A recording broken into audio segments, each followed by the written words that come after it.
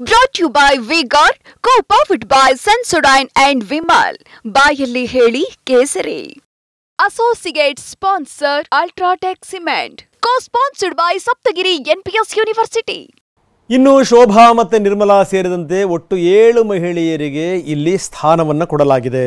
ಗಮನಿಸಬೇಕು, 7 ಮಹಿಳೆಯರಿಗೆ ಸಚಿವ ಸ್ಥಾನ. ಬೆಂಗಳೂರು ಉತ್ತರದಿಂದ ಗೆದ್ದಂಥ ಶೋಭಾ ಕರಂದ್ಲಾಜೆ ಮತ್ತೆ ರಾಜ್ಯ ಸಚಿವೆಯಾಗಿ ಪ್ರಮಾಣವಚನ ಸ್ವೀಕರಿಸಿದ್ದಾರೆ. ಜಾರ್ಖಂಡ್ನಿಂದ ಗೆದ್ದಂಥ ಅನ್ನಪೂರ್ಣಾ ದೇವಿಯವರಿಗೂ ಕೂಡ ಸಚಿವ ಸ್ಥಾನ ಲಭ್ಯ ಆಗಿದೆ. ಸಾವಿತ್ರಿ ಠಾಕೂರ್ ಧಾರ್ ಮಧ್ಯಪ್ರದೇಶದಿಂದ ಗೆದ್ದಿರುವಂಥವರು. ಮಧ್ಯಪ್ರದೇಶ ಈ ಬಾರಿ ಸ್ವೀಪ್ ಮಾಡಿದೆ. ನೀಮು ಬೆನ್ ಬಾಮ್ನಿಯಾ ಭಾವನಗರ ಗುಜರಾತ್ನಿಂದ ಗೆದ್ದಿರುವಂಥವರು. ನೀಮು ಬೆನ್ ಅವ್ರಿಗೂ ಕೂಡ ಹುಡುಕಿಕೊಂಡು ಬಂದಿದೆ. ಅನುಪ್ರಿಯಾ ಪಟೇಲ್ ಹಿಂದೂ ಕೂಡ ಅವರು ಮಂತ್ರಿಯಾಗಿದ್ದರು.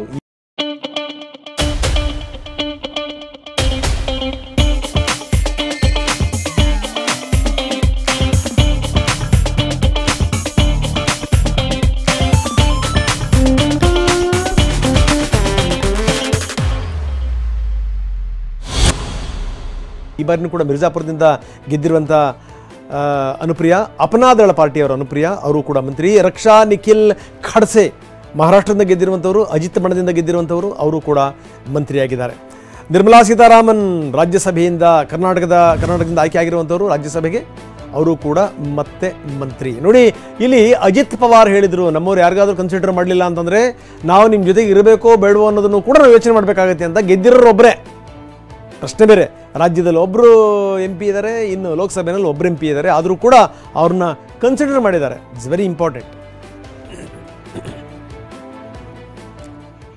ನಾವೇನೇ ಜಾತಿ ಮೀರಿ ಮಾತಾಡ್ತೀವಿ, ಜಾತಿ ಮೀರಿದಂಥ ರಾಜಕಾರಣ ಇರಬೇಕು ಅಂತ ಬಯಸ್ತೀವಿ, ಆದರೂ ಕೂಡ ಸುತ್ತಮುತ್ತ ಮತ್ತೆ ಜಾತಿ ಸುತ್ತನೇ ಗಿರಿಕಿ ಹೊಡಿತೀವಿ.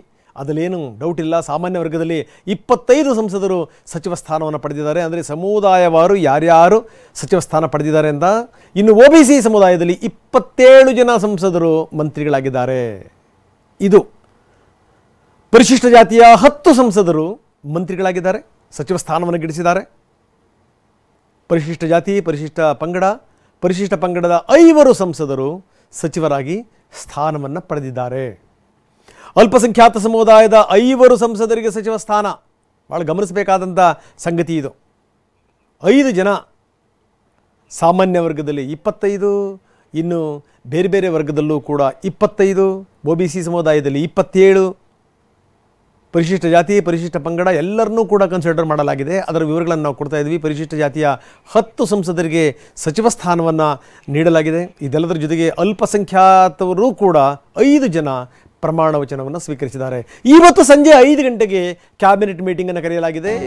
ಇವತ್ತು ಸಂಜೆ 5 ಗಂಟೆಗೆ ಸರ್ಕಾರದ ಸಂಪುಟ ಸಭೆ, ನೂತನ ಸರ್ಕಾರ ಸಂಪುಟ ಸಭೆಯನ್ನು ಕರೆದಿದೆ. ಇವತ್ತು ಸಂಜೆ 5 ಗಂಟೆಗೆ ಪ್ರಧಾನಿ ಮೋದಿ ನೇತೃತ್ವದಲ್ಲಿ ನಡೆಯುವಂಥ ಸಂಪುಟ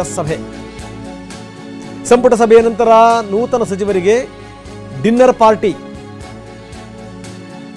ನಿರ್ಗಮಿತ BJP ಅಧ್ಯಕ್ಷ ನಡ್ಡಾ ಅವರಿಂದ ಭೋಜನ ಕೂಟ,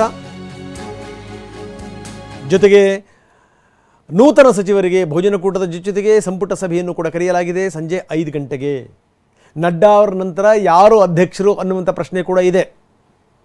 ನಡ್ಡಾ ಅವರೇ ಇವತ್ತು ಭೋಜನ ಕೂಟವನ್ನು ಏರ್ಪಡಿಸಿದ್ದಾರೆ. ಸಂಜೆ 5 ಗಂಟೆಗೆ ಮೊದಲು ಸಂಪುಟ ಸಭೆ ಆಗುತ್ತೆ.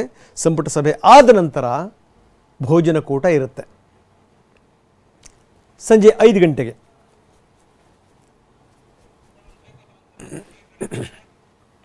Brought to you by V-Guard, co-powered by Sensodyne and Vimal. ಬಾಯಲ್ಲಿ ಹೇಳಿ ಕೇಸರಿ. Associate sponsor Ultratech Cement. Co-sponsored by Saptagiri NPS University.